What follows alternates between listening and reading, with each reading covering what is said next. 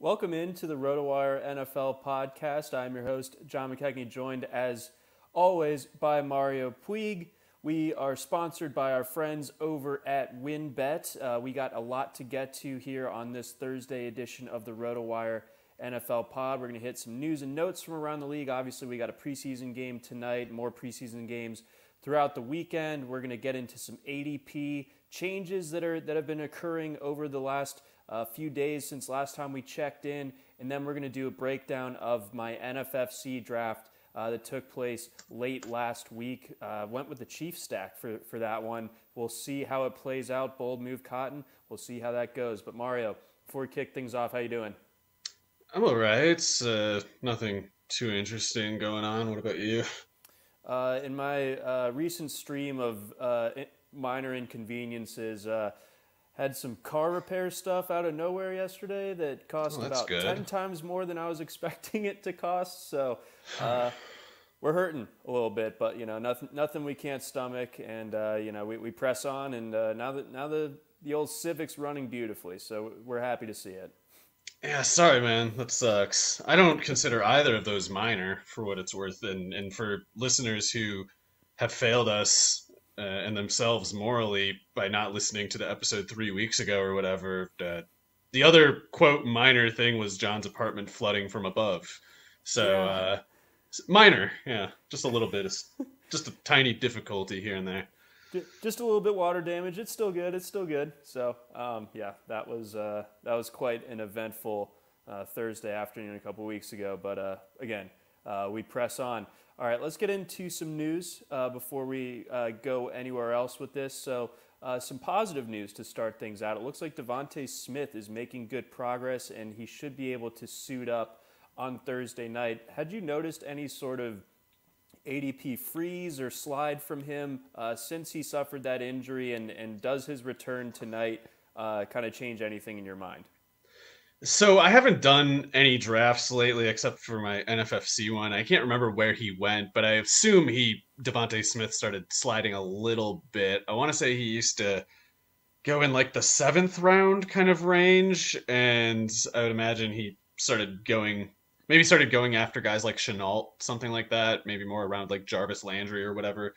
And I think he was okay to buy before, and if this knee injury turns out to be nothing, the people who got him at discount might be glad that they did. But I happened to just be staying away just because I liked other players in that range more. But Devontae is a player I'm plenty high on, and hopefully his knee's all right. Hopefully he gets some decent quarterback play this year because he should be able to be their best receiver right away. And I say that as a Jalen Reagor fan. Yes, and it looks like Rager is coming along nicely as well. He might be in for a year or two breakout, and those who jump ship too early might have some remorse as far as that is concerned. Looking elsewhere from around the league, and again, I'm expected to see Devonte Smith out there, and I agree with you. I think he is going to be, or he's got the potential to be that number one guy in Philly. Obviously, not the most high volume passing offense, or at least we don't expect it to be, but he's going to be that guy that can move the chains, short and intermediate stuff. He can do the downfield stuff, but figure that'll be more Rager's thing. So Devontae, the more consistent guy I'm expecting. Looking elsewhere, out of Carolina, we got some joint practices between the Ravens and the Panthers, and some bumps and bruises coming out of those, as we can expect with these joint practices. Guys excited to hit someone other than their own teammates, and stuff happens. So DJ Moore leaves practice today. Apparently had a bit of a back issue on Wednesday, and it aggravated it a little bit on Thursday. It doesn't sound like there's anything to be too worried about, but any reaction there with the DJ Moore developments? Hopefully it's minor. I know there's only so much we can know in cases like these, and much less even yet that we can actually control. I can only, unless there's like worse news coming out, I can't really change anything about it. I'm just high on DJ Moore, kind of high on the whole Carolina offense for their costs, really. So I hope he's able to be out there. Hopefully Robbie Anderson gets back on the field soon too with his hamstring, and hopefully we forget all about this in 10 days. No, exactly. And then, piggybacking off of that, just staying in Carolina for a second, Terrace Marshall does seem to be kind of heating up in the Twitter discourse. Where are you with him right now?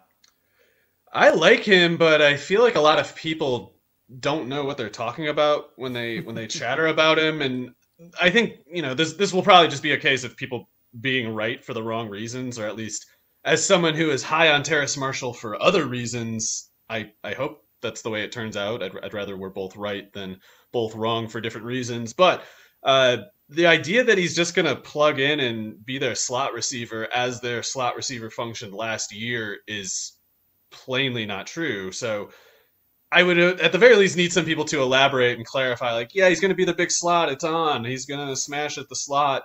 I would need them to clarify that, oh, and by the way, like, DJ Moore's average depth of target this year is like 3 yards shorter, and the slot runner is 4 yards farther than last year. Like, Curtis Samuel was not running downfield at all. Everything that he did last year was after the catch. And Terrace Marshall, if anything, is the other way around. He's not that much of an after the catch guy. He's more of a, I lose your corner for a second, 15 yards downfield, and you throw it to me for a touchdown, or you throw it further than that, and the guy, loses a step and I outrun him. He's not really like a weave through traffic kind of player. So if people expect him to be in the Curtis Samuel role, they're wrong. And I haven't really seen anyone try to actually, extrapolate the whole assumption there and just go like, okay, so yeah, Terrace Marshall's going to be in the slot, but the whole route combos are going to look differently. And it might go a little something like this. Like, something like that would actually sell it to me. But in the meantime, I need somebody to clarify that Terrace Marshall's competing for outside reps, because if he's in the slot, maybe there's some number of downfield targets, but not the Curtis Samuel ones. So I don't know where he's actually winning targets in that case. And, if I remember correctly from his 2019 season at LSU, when he was obviously playing for Joe Brady, it was mostly Justin Jefferson in the slot, and Marshall was the the flanker to the outside opposite Jamar Chase, of course. And still, anytime I think about that offense, it's like mind-boggling. But regardless, I wouldn't pencil Marshall as like this natural slot guy. So yeah, I think to just kind of make that a sweeping assumption that he's going to get all of the work out of that particular area of the field. I mean, I don't doubt that Joe Brady can use Marshall the best way that he can, but again, like you said, I think people might be jumping the gun a little bit and just kind of hoping that, or almost pretending like they just made this discovery of Terrace Marshall, with 3 weeks to go before the season. And what's really silly about a lot of it, I should have just led off with this, a lot of people are specifically sounding the alarm because of a preseason play that was like busted coverage, and then he sort of 75% ran down the sideline. It was almost like he was like, was there a flag or something? Is this a play? Is this live? Like he looked slow, and he's not a slow runner, and he got caught, and he only got open because there's just like the defense slipped basically. So I like Terrace Marshall. I don't want to discourage anyone from liking Terrace Marshall, but if you for some reason didn't care or didn't like him, you were disinterested before that preseason game, and only upon seeing that preseason game now you're a big fan, I think your process is going to take you to some really dark places. Yeah, and you're not going to have a good time. You're definitely pizzaing when you should be French frying, and you're going to have a bad time. They should be pizzaing right now. See, and they're French frying at the wrong time. You can't have that. You absolutely cannot make Go that. Flying off a dang cliff. A lot of history on that there, Mountain. Let's get on over. Zach Moss expected to make his preseason debut this week. Where are you with this Bills backfield and your expectations of him? I was a little bit more bullish on Moss earlier on in draft season. I've kind of cooled off. Usually I try to have most of my running backs, or at least my three of my running backs taken by the time that Moss is usually coming up in the queue. Where are you with him right now, and any sort of expectations for tonight or this week?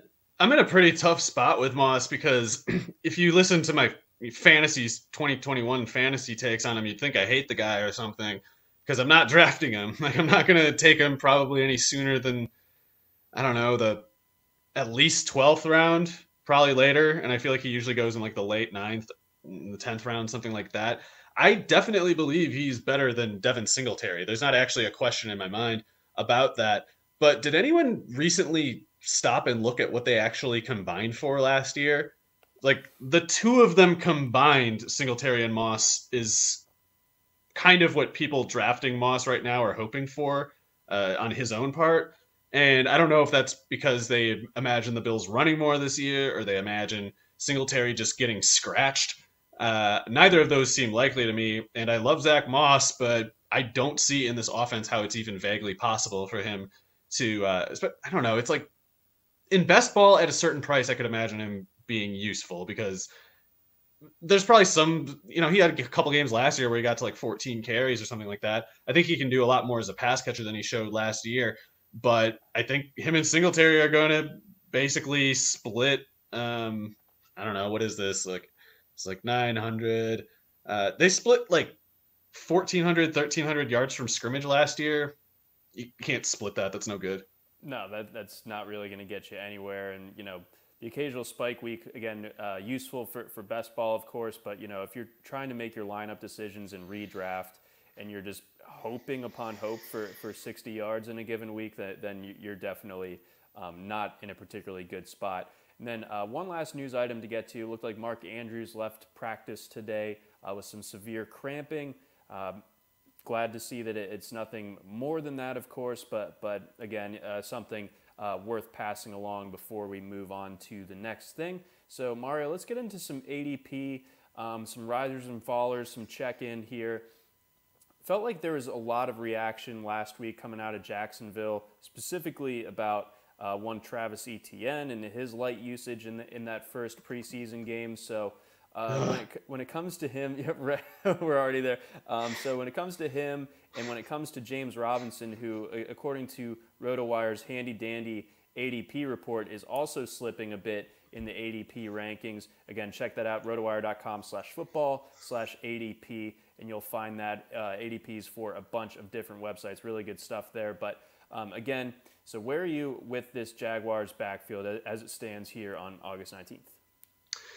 It's kind of another variation of what we were talking about with Terrace Marshall. Like if you're changing anything about your projections over a preseason game that doesn't have to do with like injury or like playing with the deep backups, something like that, especially like in the so-called rehearsal game. I don't know if they make that the last of the 3 weeks or this week of the 3. I don't really know. It doesn't make any sense to look to the preseason. Like what you should do is, to the best of your knowledge, like try to discern the depth charts, read the practice reports, see who's practicing where, ignore the preseason, figure out who the players are on the basis of like their prospect profiles, their past production, things like that. Project how much the team is going to log snap-wise, what kind of plays they're going to call, and figure out how all the players on the team fit together. If you're looking at the preseason, you are just bringing noise into your process, and it doesn't matter. Travis Etienne is not a backup. Travis Etienne is not a receiver. Travis Etienne is not going to be Dontre Wilson in the Jacksonville offense. And if someone wants to believe that he is any of those things on the basis of a preseason game, what can we even tell them? I don't think anything we can tell them will change their mind. They just want to do this for some reason. Yeah, it's maddening. I guess we're going to get a couple cases like this of like their ADP slipping because of the preseason. And I just don't know what to tell someone like that. Travis Etienne is, of the last 2 years, the second best prospect to me, just behind Jonathan Taylor. There's a really good chance he would have been the first one off the board last year if the Chiefs could have took Etienne instead of Edwards-Helaire. If you believe that guy's playing behind Carlos Hyde, then you probably believe Gardner Minshew's starting week 1 too, and don't worry about it. There you go. That's a good way to put it in terms of just kind of how ridiculous it is to get over your skis about ETN and just 1 week preseason, rookie season debut, that type of stuff. The preseason thirst is insane, man. We gotta like re-educate people somehow. This gets out of hand every year. It's just worse than the last one, and I'm running out of patience, man. It's too much. And we, every year in July, we caution against this stuff and just the overreaction. But yeah, like you said, people just have the need to get their takes out there and just be as reactionary as humanly possible. Maybe it's their way of getting into into regular season shape with their Twitter game. But either way, man, it creates just a cesspool, I guess I want to say, on Twitter. Yeah, some of it probably is driven by cynicism, by people who know, oh yeah, why not say something stupid on Twitter today? You're not measured by how right you are. You're measured by how much engagement you get. If you get more retweets than the other guy, you were right and he was wrong. That's what it in practice means. That's this economy in social media on the internet. And people overreact to training camp news, I'm including myself too. People overreact to training camp news, and training camp news matters a lot more than preseason game events. So if you must freak out about something, try to keep it limited to practice. Don't look at a preseason game where you have no idea what the team objectives are. Teams go into the games looking to evaluate specific random parts, bit roles on their team, and they go and out of their way to set up the scenarios where they're trying to control and experiment in various things. They are not trying to make your player necessarily that you're curious about get the ball to prove or disprove anything. See, exactly. Thank you. So that sums it up very nicely there. Let's get on over to another young running back. This guy entering his second year. That's DeAndre Swift of the Lions. Has obviously been dealing with some turf burns here throughout the preseason, through training camp, all that.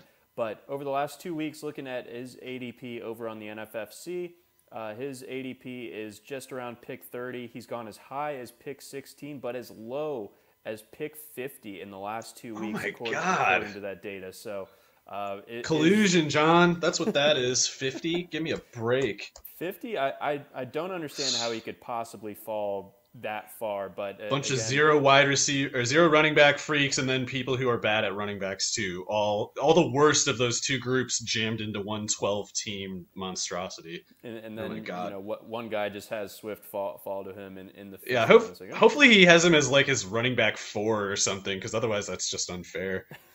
For real. I hope he's on your bench, man. Whoever you are. Oh man. So I mean, what's the real ADP with him? Like, do you think at around pick 30 is about right when it comes to Swift? Are you concerned about it? Are you not taking him early third anymore, or what's your stance? I don't care. I mean, it's not great to see him miss practice time, but as much as it's a reminder of the durability limits that we already knew about with him, that we already, I thought, factored into the ADP, it's also an indication that the Lions have no idea what they're going to do without him, and they're keeping him on the shelf to make sure that there's no chance that he's hurt in the regular season. Like, they're handling him and Hawkinson very carefully, and a lot of people are inclined to look at that and go like, oh my God, they're hurt. They're more hurt with each passing day. I don't have any new information, but I'm getting more concerned about it anyway. And I look at that and I see it as like the season's 3 weeks away. They haven't made a roster move. Either he's fine and they're just trying to be cautious with him, or I don't know, that you believe that they don't necessarily think he's going to play, and yet they're going into the year with Jamal Williams and Jamar Jefferson as their top 2 running backs. I at the very least think that Gurley signing would have happened, or something would have happened, if Swift were actually missing time that they didn't expect him to, basically. Okay, that definitely checks out. So again, going around 30 is later than Dobbins, and I love Dobbins. I think Dobbins is a better running back than Swift, but Dobbins isn't catching 85 passes this year. No, that's not really in the cards as far as the Ravens' offense goes. Whereas Jared Goff, if you're on the field for a hefty number of the snaps at running back, he's going to check down the ball to you a fair amount. So yeah, Swift definitely, for PPR purposes, the better guy to target, no question there. I want to get into, before we get into this next segment, talking some ADPs and some exposure for best ball, we got a quick message from our sponsors. And coming on back here on the RotoWire NFL podcast, let's get into some guys that we have a little bit of FOMO for, some fear of missing out. Some guys, obviously you and I have both done, well into the double digits as far as best ball drafts during this draft season. Is there anyone that's going, say, inside the top 5 rounds or so that you've just kind of ended up with no shares of for any given reason, that you're starting to be like, maybe I need to address that before the time that September 9th comes around? No one really jumps out, but there are a few guys that I kind of wish I had a little more exposure to. And I'm thinking especially of, I guess, like Aaron Jones, who I've always been high on. I wasn't really avoiding him because of the Aaron Rodgers thing. It's just that as high as I am on Aaron Jones, I believe Jonathan Taylor is better. And that's like me saying Taylor is like the third best runner to me, and Aaron Jones is the fifth. Like, it's definitely not a fading Jones. And given that I believe those things, I probably should have took Jones a few times where I took Taylor just for diversification reasons, injury diversification reasons. So with Rodgers there, of course, I I do feel a little bit better about Jones. Not that I never had any real concern before, but I did think something like he might have only 10 touchdowns instead of 15, and now I'm like, oh yeah, I guess he's gonna have 15 touchdowns now. So I wish I had gotten some shares of him, at like 10, 12, wherever he was going before. Right, and I think I would say the same about a guy like Devonte Adams. I did buy the dip a little bit earlier in this summer, kind of at the apex of the Rodgers drama, when you could have Devonte Adams in like the late second, that kind Yeah. of thing. That was nice, and obviously the second that Rodgers reported to camp, those days were over as far as the discounted Devonte was concerned. But no, Jones a good call there. Two guys that I was thinking about that I'm extremely light on thus far. Usually I've just kind of gone a different direction, maybe been addressing a different position at this stage of the draft. But both Tyler Lockett and Keenan Allen, both of them I'm light on. And I think Allen is the one that I want to investigate a little bit further, in the sense that, obviously Austin Eckler is going to get a lot of targets out of that backfield. And Mike Williams, an exciting downfield guy, but he's not someone that's going to be drawing a ton of targets. And I'm really high on Justin Herbert as well. So I don't know why I've kind of just gone away from Keenan Allen to this point, but I might actually have 0 shares of him right now. I always aim for maybe a little bit higher upside, but I mean, that floor is so enticing, and maybe there's, another level to his like upper range of outcomes as well. Yeah, I haven't played a whole lot of PPR like NFFC, but there I would especially want Keenan Allen exposure. I don't have much at all, if any, on Underdog because of the half point PPR, but I even there wish I had some level of exposure. Uh, he's not particularly close, in my opinion, to like the AJ Brown kind of drop off at receiver. He's usually going, if I remember right, around Allen Robinson, and I kind of like Robinson more for half point PPR too, but it's not because I meant at any point to doubt Allen. And I know there are some people who, and maybe this shows up in the ADP a little bit, who are a little concerned with not just Herbert, but also like Allen. His efficiency, if you look at a glance last year, was not very good. I think that he was clearly good last year, and that his numbers were kind of dragged down by just a few especially bad high volume games where he was getting like he was getting like 12 to 14 targets per game every week for like 6 weeks, and a bunch of those games had like 5 catches for 40 yards in there, and just a few games like that can really throw off his yards per target number for the season, especially when you're accustomed to the returns that he used to get. But basically all that damage occurred in something like a 6 week span when Herbert was struggling, and because Allen was his main target, Allen, among those receivers, took the biggest efficiency drag because he was getting the highest volume of these Herbert pass attempts that were falling flat. I don't think there was much that Allen could have done about it, and I don't think it's a reflection of who he was or where he's going this year. So, kind of like you, I'm high on Herbert, and if I'm high on Herbert, then I have to be high on Keenan Allen, or I have to be extremely high on Mike Williams and Tyron Johnson. And I'm high on Tyron Johnson as like a couple final rounds of picks in a draft, but Mike Williams is, I don't know, he's a pretty good player, but he's limited, he's in my opinion. And Keenan Allen, in my opinion, is still really good. So I didn't take him over Allen Robinson a couple times, and maybe it was someone else that I took over Keenan Allen. But there are not many receivers in the league who have better chance at not just triple digit, like 115 catches or something. He's got to be in the top 5.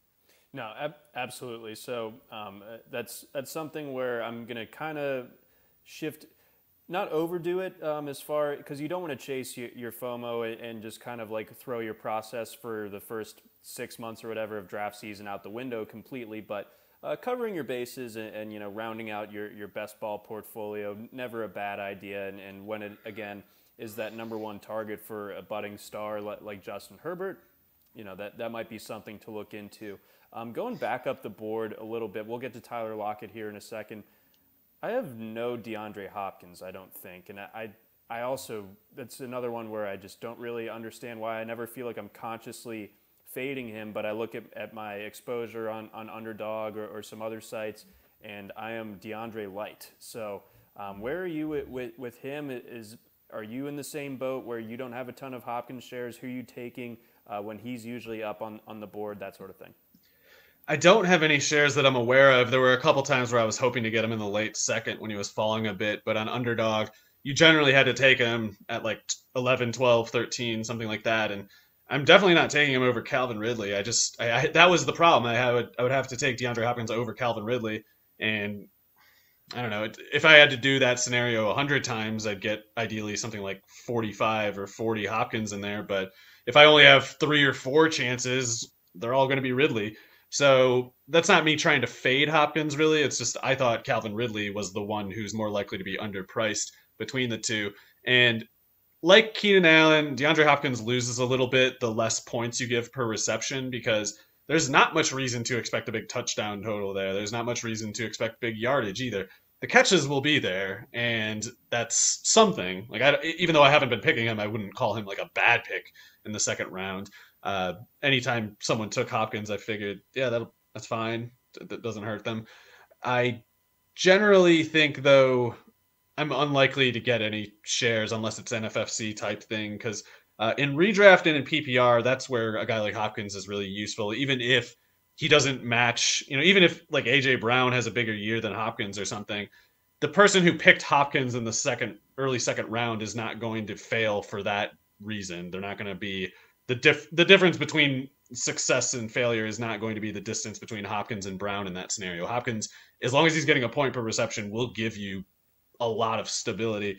I do worry that he finishes the year with something like, I don't know, like 1,250 yards on 115 catches and 6 touchdowns, which would be fine for everybody who took him, but not especially useful for the price outside of PPR.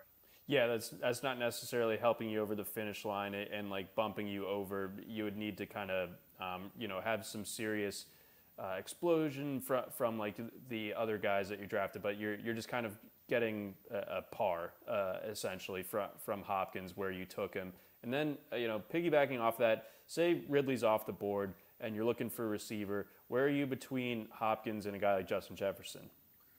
I would go Hopkins there for sure. It's tough for me when you get to Metcalf, though. It's like, I know Hopkins has the much more stable target volume, but especially on like Underdog, in best ball generally, I guess I should say, and then half point PPR rather than full. It's pretty tough, but I think the responsible answer even then is probably Hopkins. Yeah, okay. That definitely makes sense. Let's move on over to Tyler Lockett. We were just speaking about DK Metcalf, and I feel like Lockett has earned this moniker of being Mr. Consistent, but last year, like, so much of his points were distributed in 3 games, one of which came in Week 17, so it might not have even been useful. Everyone remembers the Week 7 Sunday night game against the Cardinals in Arizona where he had 3 touchdowns, and then of course that just total Madden game between the Seahawks and the Cowboys in Week 3 where he went off for 3 touchdowns again. Outside of that, pretty meager stuff from him. There were only 5 games in which he caught a touchdown, so that's not great. He's given you a lot of weeks obviously without that, and then he's under 90 yards in 13 of his 16 games. So for someone who had been billed as so consistent, I know that the Seahawks offense in general just kind of fell off towards the end of the season, but all of that just kind of leads me to have kind of faded Tyler Lockett to this point. But unlike some of these other guys that we've talked about, I'm not sure if I'm going to go back and try to get any exposure to him necessarily this year. I understand the concerns, and I don't exactly have a lot of volume of Tyler Lockett, but he's a guy I'm always glad to get, when he's on the clock and when I'm on the clock and he's kind of like when I think the best receiver left, I'll take him and I'll feel pretty good about it, even though he's not like my main target going in. I think it's understandable that the up and down nature of last year, most of which I guess was down, that is something that sucks, to own him when he's having struggles like that. But to me, those struggles occurred enough and singularly enough when Russell Wilson was struggling that I attribute it to Wilson, and not necessarily in any way that's like criticizing Wilson. It's just something needed to happen with Wilson before Lockett could have any control over his own outcome.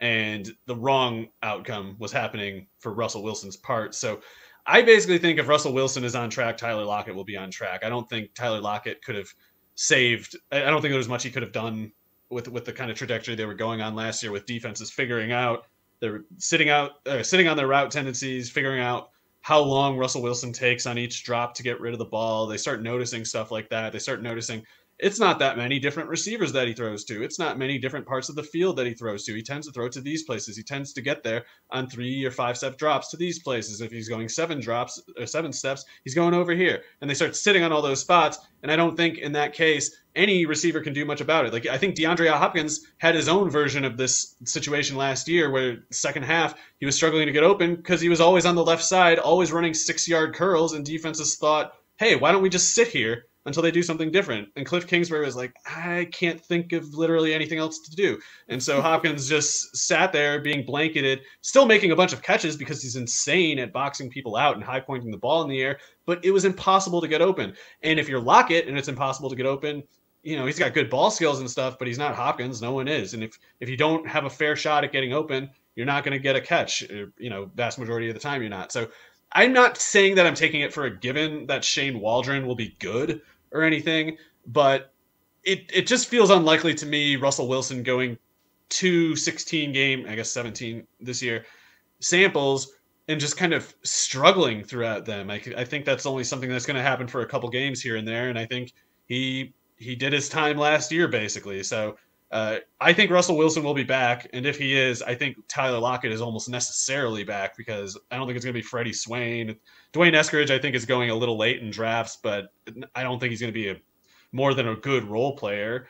Gerald Everett doesn't do a whole lot. So if for me to be low on Lockett, I need to also be out on Wilson.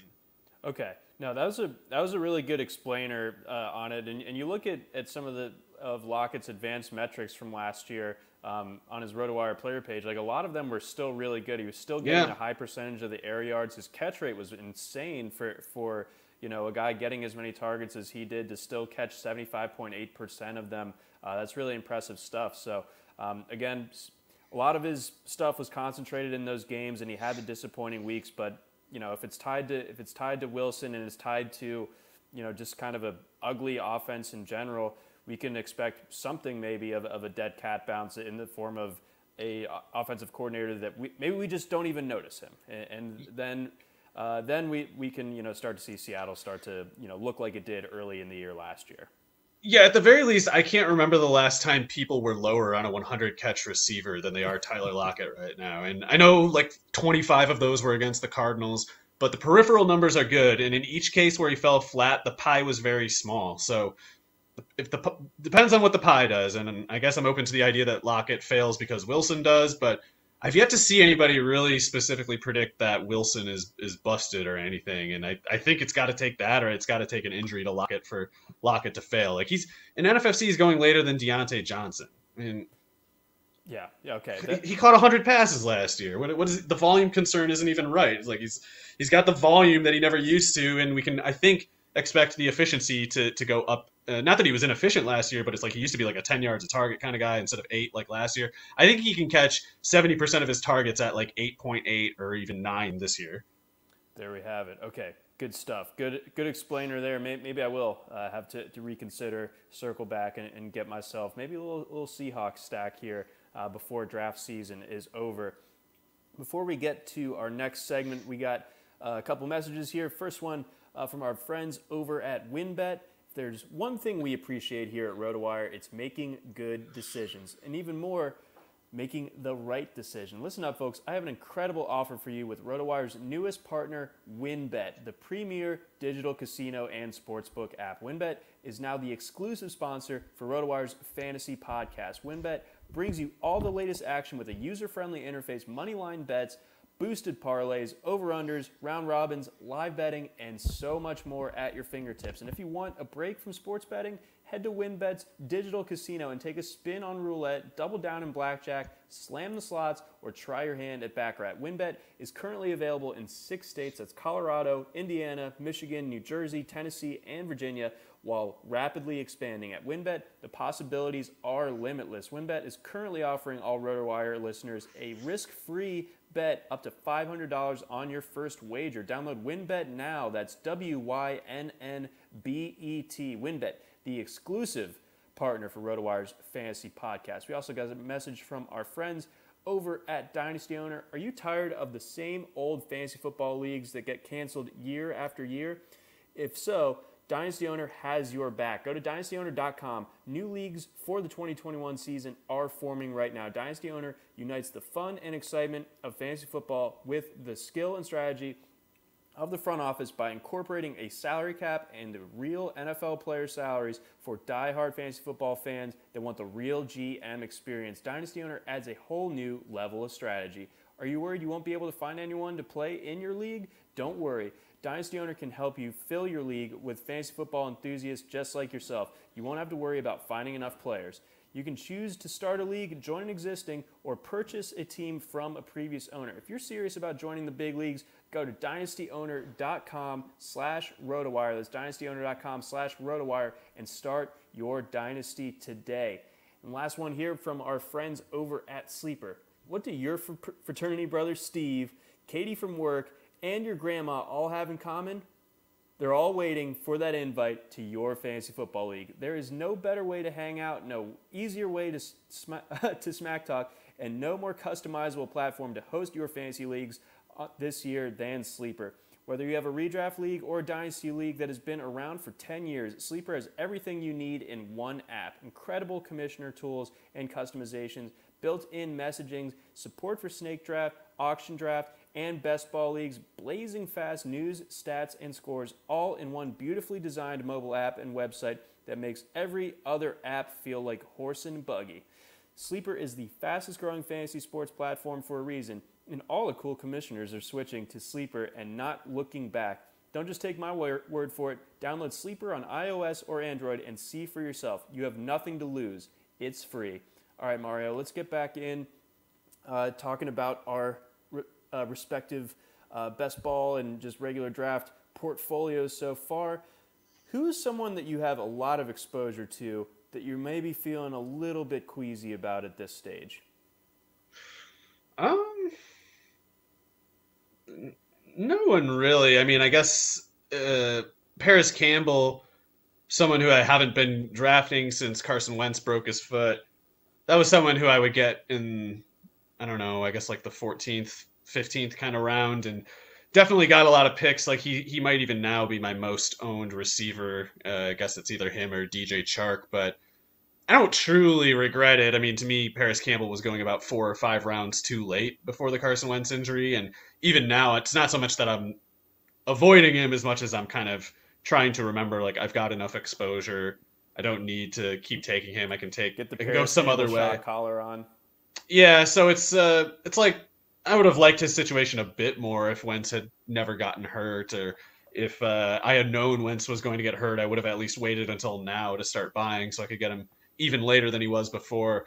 But I don't know. I'm not too concerned about it. I think, what 13th, 14th, 15th round doesn't need to be that great anyway. And I still think there's a chance he's just really good, even if it's Eason or somebody else. I thought Wentz sucked the whole time. I didn't really care. Right. I guess maybe, I don't know. I'm still not concerned, but like Leonard Fournette is another guy I could have maybe gotten a little later because people are hyping Gio Bernard right now, and I really want to fade that. But what's going on there? People just look at like generic statements mustache? From. Yeah, I guess the mustache bump is real. Like Gio Bernard will catch a check down pass. I'll give him that. I don't know what people expect him to do otherwise. I guess you could imagine that the check down pass is such a crucial part of the modern NFL offense that you would make your starting running back on that basis. I happen to think that they more so signed Gio Bernard to just be the hurry up back, which is a situation they will see only at ends of halves, basically. Maybe if they're like sluggish in a game, they'll go like no huddle max tempo for a drive just to try to get themselves going. I can see him playing then, but I can see him doing nothing in any scenario other than catching check down passes. And when he catches them, he won't go very far with them because he never has. He was vaguely elusive earlier in his career and as a North Carolina back, but for 5 years or so now, there have not been many running backs less explosive than Gio Bernard, and a lot of people don't remember it that way because they picked him up in PPR leagues last year, and because they can't distinguish PPR points from any other sort of basis of physical reality, they ended the thought there. They were just like, oh, Gio's good. He got me 18.5 PPR points. That means he's better than whatever running back had less than that this week. And it's like, no, that's just PPR scoring. That's just a guy catching useless passes and an uncompetitive offense. With the Buccaneers, I can imagine, yes, that he's definitely a more reliable pass catcher than Ronald Jones and certainly to a lesser extent Leonard Fournette.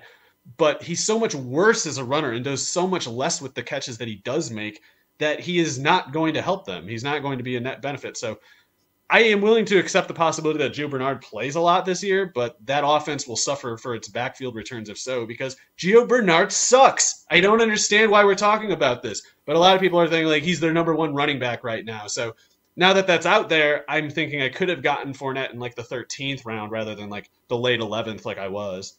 Yeah, we were talking about Fournette a couple weeks ago, I remember. I think as far as guys who were going a little bit too late, and not to paint either of us as Leonard Fournette stands, but at a certain stage of the draft, you look at who else is around him, and it's like, well, he is the probably the best running back on the Tampa Bay roster, and that's a roster that's going in an offense specifically that is going to score a lot of points, a lot of touchdowns. So just get a little bit along for the ride when it comes to that. So yeah. Bernard, maybe we're just bored at this stage of the preseason. I don't really know where this hype train could really. Honestly, a lot of it is propelled by like the anti-running back people. A lot of the anti-running back people love Gio Bernard basically because the same way that a capitalist loves a scab.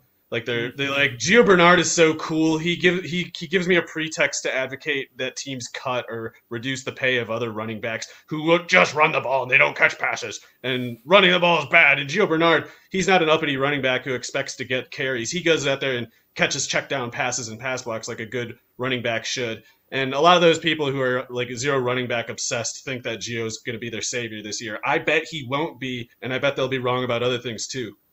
Yeah. Just remember, folks, 2nd and 8 after a short run, somehow worse than 2nd and 10 after. Yeah, he could be like something like a J.D. McKissick for them this year. Like that worked so well for. They're not going to do that. Yeah, when they start Kyle Allen and Alex Smith, Gio's going to freaking rake. Yeah, baby. Yeah. Get Blaine Gabbert out there. There you go. That might be it. That would work. See that then the Gio Bernard theory makes sense. Looking at my exposure over at Underdog, as far as guys that are going in the first 7-8 rounds, my highest exposure guy is Jerry Jeudy.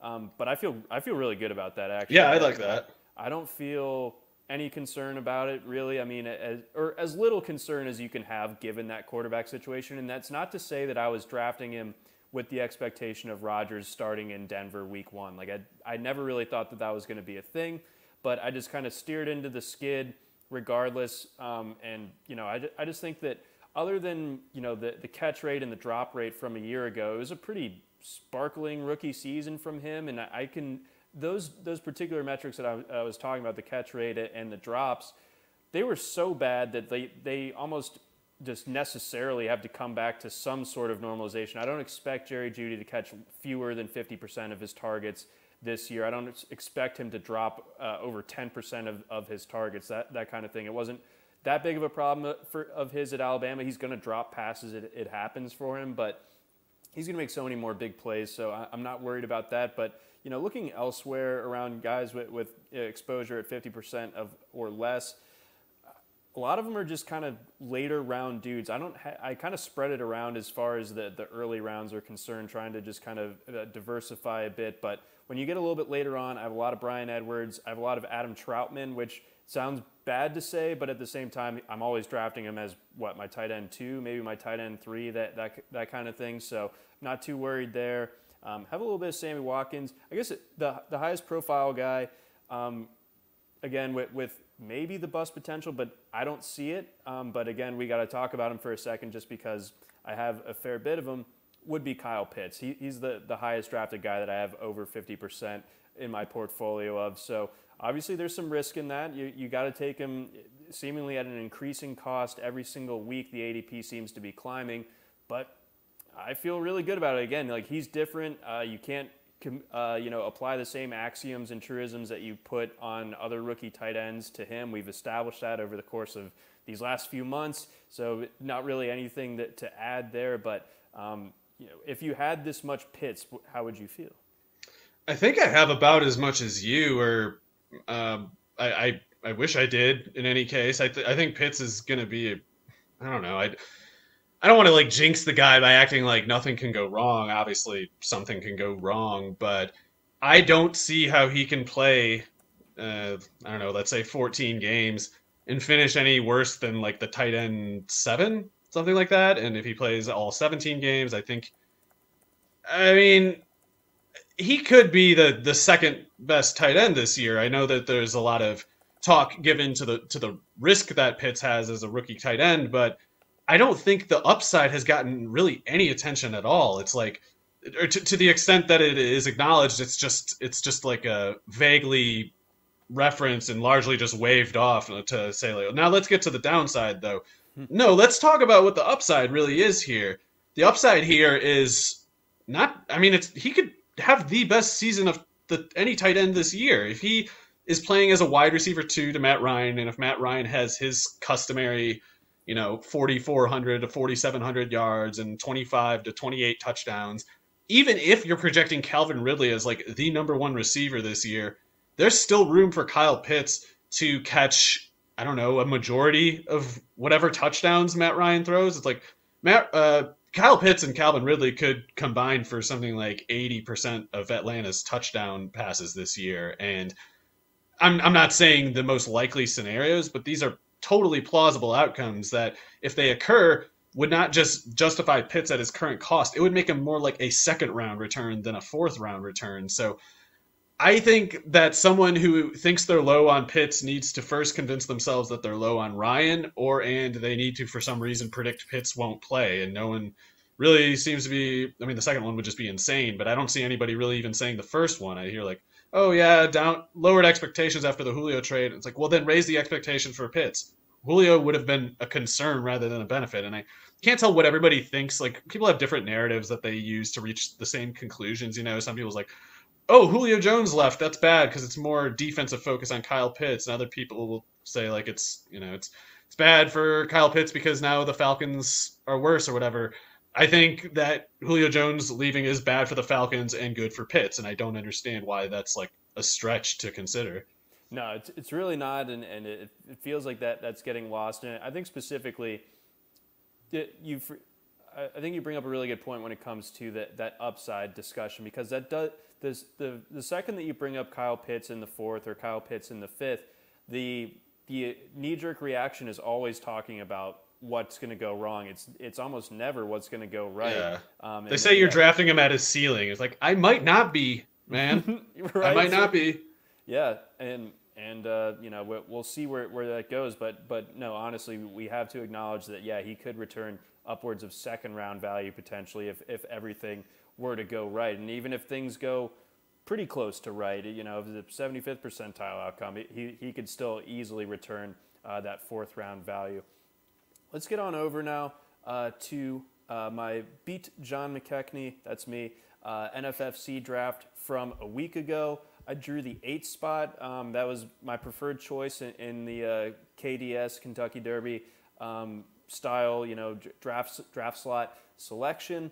Of course, NFFC also full point PPR, and there's a 3rd round reversal, which interestingly opened up a path to me that we hadn't otherwise kind of explored yet this offseason. And, you know, we talk about stacking all the time, and it's usually in the context of best ball. But this is a redraft league. I got to set my lineups. I got to make waiver wire pickups, that sort of thing. But we talk about stacks, but generally the one that's kind of out of reach for everyone, especially in drafts where there's no third round reversal, is getting the top 3 Chiefs, and three of the top 4 Chiefs, whether it's Kelsey or Tyreek Hill, and then CEH, and then Mahomes.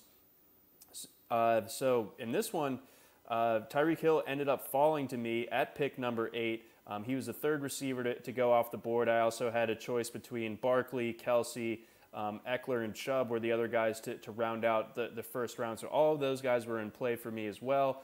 I didn't go into this necessarily thinking I was going to get Tyreek Hill, but I just went for it given who else was there on the board. And then coming around back, Calvin Ridley went the pick before me. So I was like, all right, I'll steer into this here. I'll go for CEH. And then with the third round reversal, the guy that was drafting ahead of me kind of helped make up my mind for me. I kind of like panic DM'd you actually when I was about to go on the clock.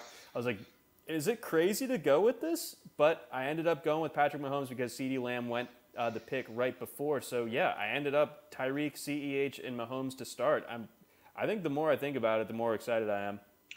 Yeah, with Tyreek at the 8th pick, I would say Mahomes was a better third rounder than Lamb anyway. And NFFC, it's 6 points per passing touchdown. So whereas I had no interest in Mahomes and Underdog in the third round, NFFC is totally different. Any format where it's 6 points per passing touchdown, it's totally different because Mahomes can throw 50 of those in 16 games. So that's particularly when you're already kind of going whatever way Hill will. It's like, why not just go twice as far, or difference between losing and losing is nothing, but by having Mahomes and Hill, if Hill does hit, then you're getting kind of that much more distance for it.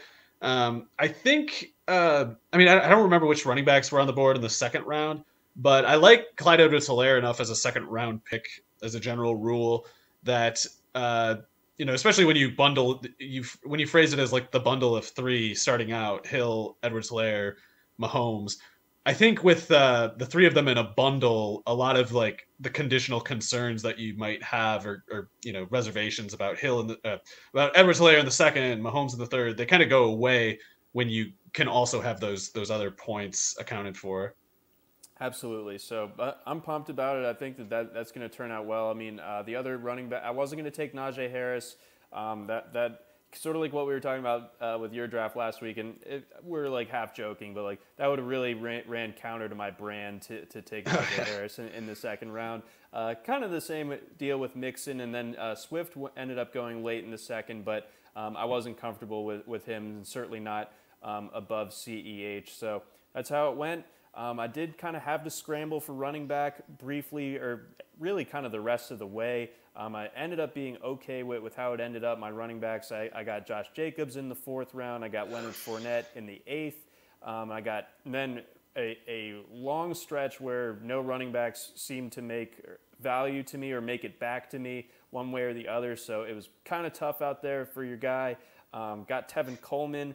Got in the 16th, I got Javian Hawkins in the 17th, and my guy Jake Funk in the 20th. So I will definitely be actively getting that first, whoever's the really trendy running back on waivers the first week. I'm going to have to splash the pot for that. But I don't know if it's fragile, but if the top 3 running backs there end up working out, then it should be okay because the rest of the team I feel like is pretty solid.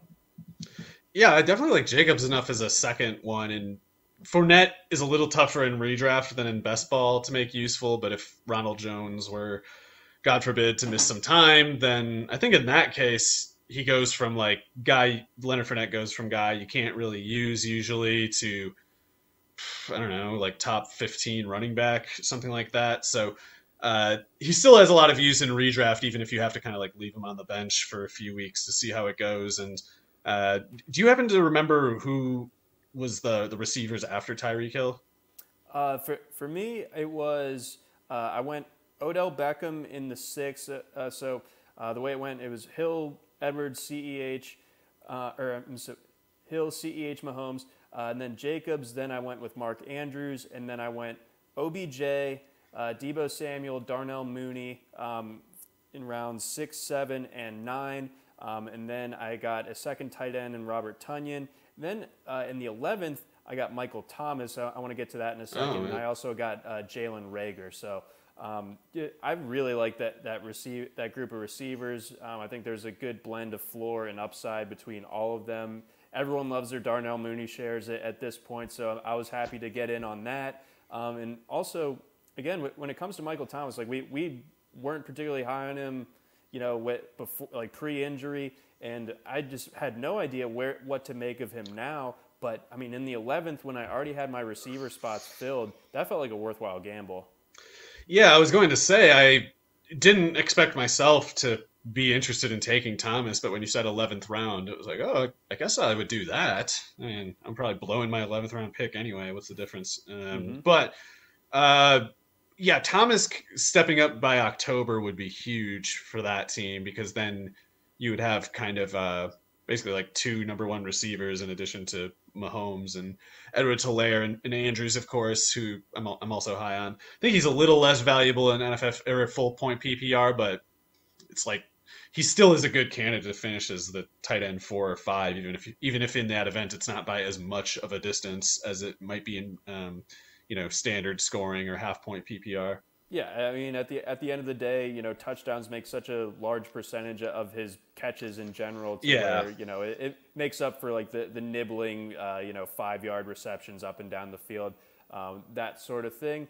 And then this was my first Odell Beckham share, actually, of this season, and I'm feeling better and better about it as we go on. I actually kind of ended up constructing like a mini Brown stack throughout the later portions of the draft. So I got OBJ in the 6th. Took Baker Mayfield as my second quarterback in the 13th, and was able to get Donovan Peoples-Jones in the 19th. I was surprised by that. Yeah, I have some reservations about Baker Mayfield and the structure of the Browns offense, but I'm really high on Odell Beckham for his own part. I still believe he's something like, I don't know, I guess not top 5 anymore, but maybe one of the 5 best receivers still. Definitely one of the best 8. The ACL is a bit of a concern, but he's such a freak athlete that if he's out there, he's going to work better with Mayfield than he did last. I thought Beckham looked insanely good, even when he was having bad box scores last year. I remember looking at him and being like, oh yeah, that's him. He's back. And then the dang ACL. So hopefully he can just look like he did last year. And if he does, I have no qualms about him. I just think he's so talented. Yeah, I do too. So again, it's coming off the ACL, a bit of a risk, and he's been injured elsewhere plenty before, so you have to bake that in. But if I can get 10 really good games out of Beckham, then that's great. And if he gets hurt, the insurance policy being Donovan Peoples-Jones a little bit later on. Yeah. That could he's interesting too, and it's hard to tell how they're splitting up their backup reps, but every time I've read about Peoples-Jones, it sounds like he's doing well. And I think, there's a really good chance that both Peoples-Jones and Nico Collins are really good NFL receivers, and it'll just have turned out like, oh, we underrated them because their stupid team and stupid quarterback made them look bad, but whoops, we should have took the huge fast guys earlier. Once again, Michigan gets to be the butt of some jokes, so I love to end it on that note. And I'll see you, for that overall contest championship coming around week 17 or whatever it might be. I assume we'll both be there. Yes. 100%, man. So see you then. But that's gonna wrap it up for this week's this Thursday edition of the RotoWire NFL podcast. Again, brought to you by our friends over at WinBet. We will catch you next week, and be sure to listen in for the Friday show. Andrew Laird, Scott Genstad, DFS, great stuff as always, so tune in for that. But again, thank you for listening to the RotoWire NFL podcast, brought to you by WinBet. Try RotoWire today, free for 10 days. Get our premium tools, rankings, analysis, and breaking news alerts. No credit card required. Go to rotowire.com/try.